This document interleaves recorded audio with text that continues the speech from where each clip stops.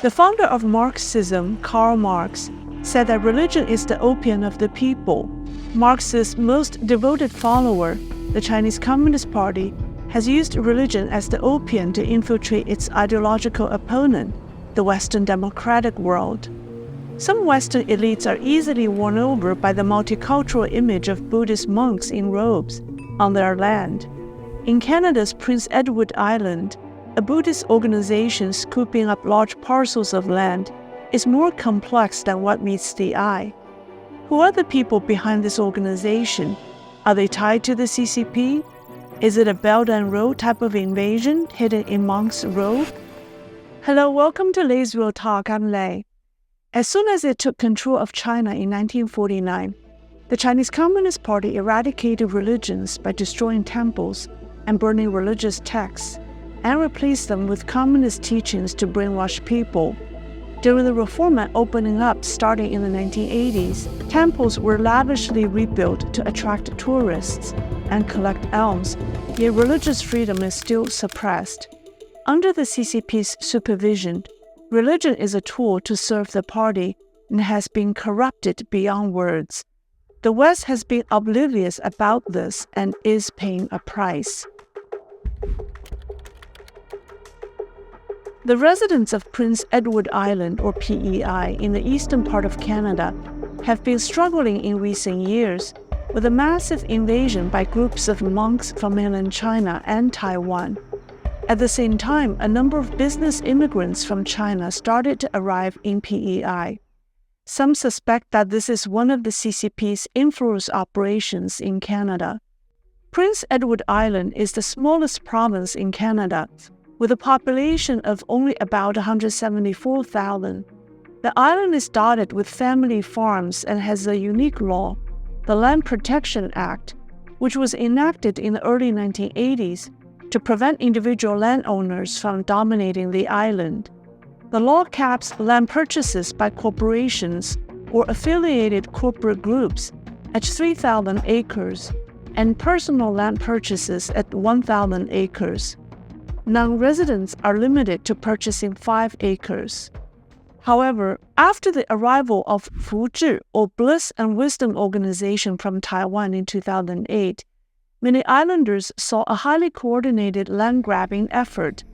The Bliss and Wisdom Foundation, which is known for its Tibetan Buddhist beliefs, circumvented the restrictions of land purchases on non-residents through a series of split deals between a network of corporations and individuals, and the organization has coordinated the purchase of land on behalf of its followers, buying up more land in the foundation's name.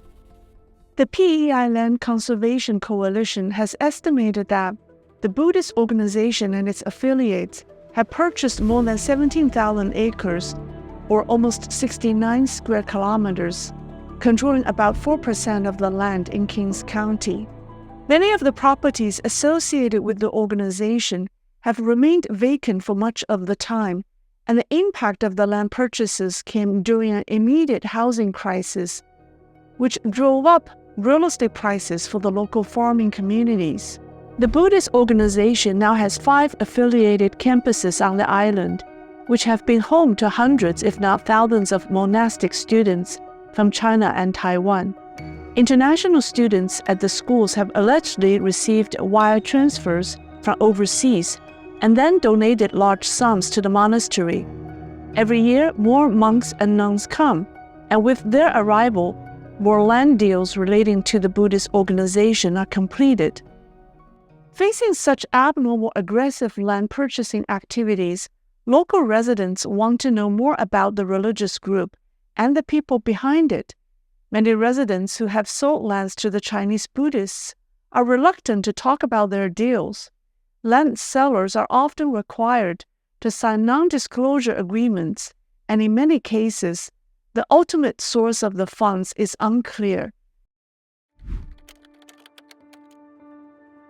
This reminds people of the secret dealings Beijing has signed with foreign governments, such as the infamous Belt-and-Road initiative, which has caused the other party in the deal to lose miserably over time. In 2018, the local land regulator, the Island Regulatory and Appeals Commission, or IRAC, completed an investigation but refused requests from the media, citizens groups, and opposition politicians to make its report public. The matter was brought to the attention of the island's Attorney General and Minister of Agriculture and Land, Blois Thompson, in November 2019, but he has remained silent on the issue. The land sellers' collective non-disclosure attitude and the PEI government's persistent lack of transparency are more problematic than the land buying activities. For people who are familiar with CCP operations like myself, I smell something very fishy here. Although Bliss and Wisdom is a Tibetan Buddhist monastic organization from Taiwan, its spiritual leader is from Heilongjiang province in mainland China. How a lay woman who was married twice became the master of a Taiwanese monastic organization shows us precisely the problem of the organization. Jin Mongrong, or Mary Jin, aka Master Zhenru, met the founder of the Bliss and Wisdom, monk Richang, in 2000. Richang was smitten by Miss Jin's stories of having spirit possession. According to the first abbot of Bliss and Wisdom, the Venerable Fan Yin, the monk started behaving erratically after meeting Jin, and the woman quickly became his confidant. Although the Dalai Lama, who is monk Richang's superior, has never recognized Mary Jin, she became the leader of the organization after the monk's suspicious death in mainland China in 2004. In 2005, Miss Jin tried to enter Taiwan using a fake passport and was caught by border control. Not being able to go to Taiwan, she expanded her territory in mainland China, Singapore, and other countries, including Canada in particular. In 2006, Jin established the Great Enlightenment Buddhist Initiative Society, or GBIS, in British Columbia. In 2008, GBIS was incorporated in Prince Edward Island, and in 2013, the organization was registered in Ontario. Mary Jin made her first trip to Taiwan in March 2015, 11 years after monk Richang's death. The Taiwanese government later suspended her visa for 5 years, citing her illegal religious activities while on a tourist visa. But the ban was later lifted when a local legislator came forward to vouch for her. In May 2017, the first and second abbot of Bliss and Wisdom, the Venerable Fan Yin Fashi and the Venerable Jiming Fashi, exposed Mary Jin's unscrupulous behavior, which became a media sensation in Taiwan. In July, the Buddhist organization revoked Fan Yin's monastic status, confirmed Mary Jin was the chosen successor by the deceased elder monk, and denied allegations that Jin has violated Buddhist precept by living with the monks. According to an interview Fan Yin gave on October 22, 2017, to the Tibet Post International, Mary Jin moved in with the abbots of 2 monasteries in succession after divorcing her husband, causing them to break their vows of celibacy.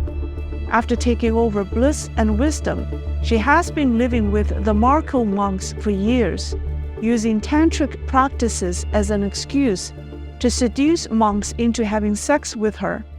Such allegations have emerged every now and then. The interview mentioned an audio recording of a novice monk admitting that Mary Jin seduced him into breaking his vows. The audio recording has not been publicly released. On July 12, 2017, Fan Yin and other monks traveled to India to visit the Dalai Lama at the Deskit Monastery to ask about Jin's behavior. The Dalai Lama instructed that if she violated the precepts and was not practicing the Dharma, disciples could leave her, expose her wrongdoings, and make the crime known to the world. The video of this meeting is publicly available. Since Mary Jin took over, Bliss and Wisdom has actively raised funds on a large scale. She enjoys an extravagant lifestyle, driving a Mercedes SUV, buying expensive handbags, and sharing her newfound wealth with her family. Her sister, Mandy Jing, who was a media personality with the official TV network in Zhejiang, has immigrated to Canada with her family and is active in the Buddhist community. What is most disturbing is perhaps Jing's ties to the mainland. Bliss and Wisdom raised huge amounts of funds for its mega temple in Taiwan, but these funds were instead diverted to China to help the CCP-endorsed Tibetan spiritual leader build a monastery. Fan Ying has gone on Taiwanese television to display receipts showing evidence of Bliss and Wisdom's deceitful fundraising methods, but the organization denied it.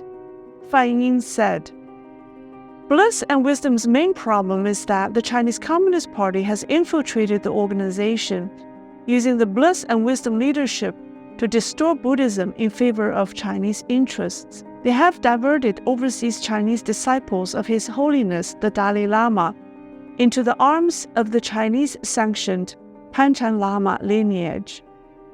About a third of Taiwan's residents profess Buddhism.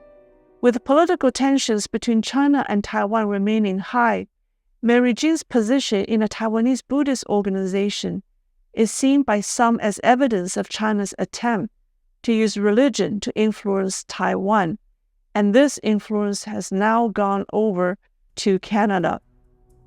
Since Mary Jing took over the organization, it has embarked on an ambitious global expansion that has seen its student population grow from 20,000 to 100,000, with more than 800 monks and 600 nuns.